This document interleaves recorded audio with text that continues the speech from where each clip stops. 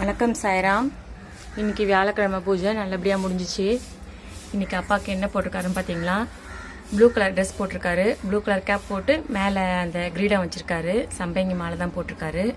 அவருக்கு நெய்வேத்தியம் என்ன வச்சுருக்கேன்னு பார்த்தீங்கன்னா, இன்றைக்கி அவர் கேட்ட தக்காளி குருமா, சாதம் வச்சுருக்கேன், பீட்ரூட் கேரட் அவரைக்காய் போட்டு பொரியல் பண்ணியிருக்கேன். அப்பாவுக்கு ரொம்ப பிடிக்கும் அவரைக்காய். சாய் சரிதத்தில் போட்டிருக்கோம் பாருங்கள். இது வெத்தலை பாக்கு வச்சுருக்கேன், மாதுளம்பழம் வச்சுருக்கேன்.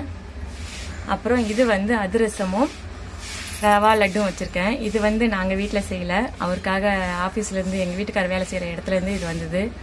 அதை வச்சு இன்றைக்கி பூஜை பண்ணிட்டேன். எப்படி இருக்கார் சாய்ராம் இன்னைக்கு அப்பா?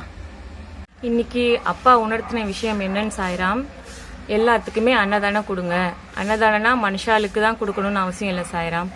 உங்களை நம்பி இருக்கிற உங்கள் வீட்டுக்கு பக்கத்தில் இருக்கிற ஜீவராசிங்க இருப்பாங்க இல்லையா, காக்கா, குருவி, புறா, கோழி, பூனை, நாய், மாடு, இதுங்கெல்லாம் வரும் இல்லையா, இதெல்லாம் நம்மளை சுற்றி இருக்கிறது.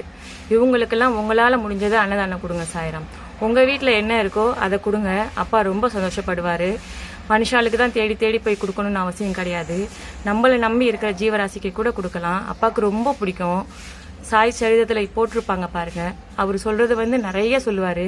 முதல்ல இந்த வாய் இல்லாத ஜீவன்களுக்கு நம்ம முதல்ல கொடுப்போம், அதுங்களோட ஆசீர்வாதம் வாங்குவோம். அப்பாவோட ஆசீர்வாதம் பரிபூர்ணமாக நமக்கு கிடைக்கும். ஜெய் சாய்ராம்.